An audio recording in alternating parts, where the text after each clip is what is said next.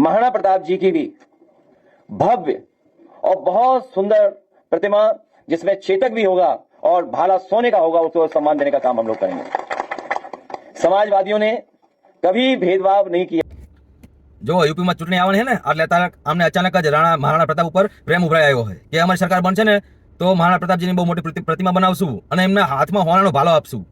તમે સેફાઈ સર્ચ કરજો, કરોડો રૂપિયા, મતલબ કેટલાય કરોડ ખર્ચ થતા સેફાઈમાં।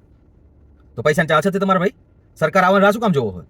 તો અત્યારે બનાવી નાખો બનાવી પ્રતિમા, બધા સપોર્ટ કરશે, બીજેપી વાળા રાષ્ટ્રવાદી બધા સપોર્ટ કરશે, બધા તમારો એ વસ્તુની ખુશી થાય છે બધા કે આને સારું બનાવી લો। અને તમારે અત્યારે શું કામ બનાવવું? સરકાર આવે પછી? તમારી સરકાર હતી જ, બનાવી નાખાય, કોઈ ના પાડી હતી? સરકાર જવાની રાહ જોતા હતા, સરકાર જાય પછી અમે આવું કરશું। અને તમે જરાક સાંભળો, આમનો જ સાંસદ સંસદમાં મહારાણા સાંગાનું, જેને આપણે પૂજવા જોઈએ, એ વ્યક્તિએ એટલું કર્યું છે દેશ માટે, રાષ્ટ્રભૂમિ માટે, આપણી માતૃભૂમિ માટે એટલું કામ કર્યું છે, એ વ્યક્તિના અપમાન કઈ રીતે કરતો તમે જુઓ। सभापति महोदय, मैं जानना चाहूंगा कि बाबर को लाया कौन? बाबर को इब्राहिम लोधी को हराने के लिए राणा सांगा लाया था। तो मुसलमान तो बाबर की औलाद है और तुम गद्दार राणा सांगा की औलाद हो, ये हिंदुस्तान में तय हो जाना चाहिए। अगर बाबर की तो आलोचना करते हैं, राणा सांगा की आलोचना नहीं करते।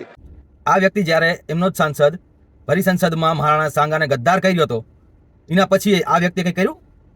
કંઈ કીધું કે આ વ્યક્તિએ ખોટું કર્યું છે, આવું ના કરવું જોઈએ, પાર્ટીમાં કાઢી નાખવાને, એવું કર્યું ના? અને અચાનક હવે ચૂંટણી આવવાની છે ને, એટલે ક્ષત્રિયોનો વોટ લેવા માટે આ કહી રહ્યા કે અમે મહારાણા પ્રતાપની બહુ મોટી પ્રતિમા બનાવશું, એમાં હોનાનો ભાલો મૂકશું। વાહ!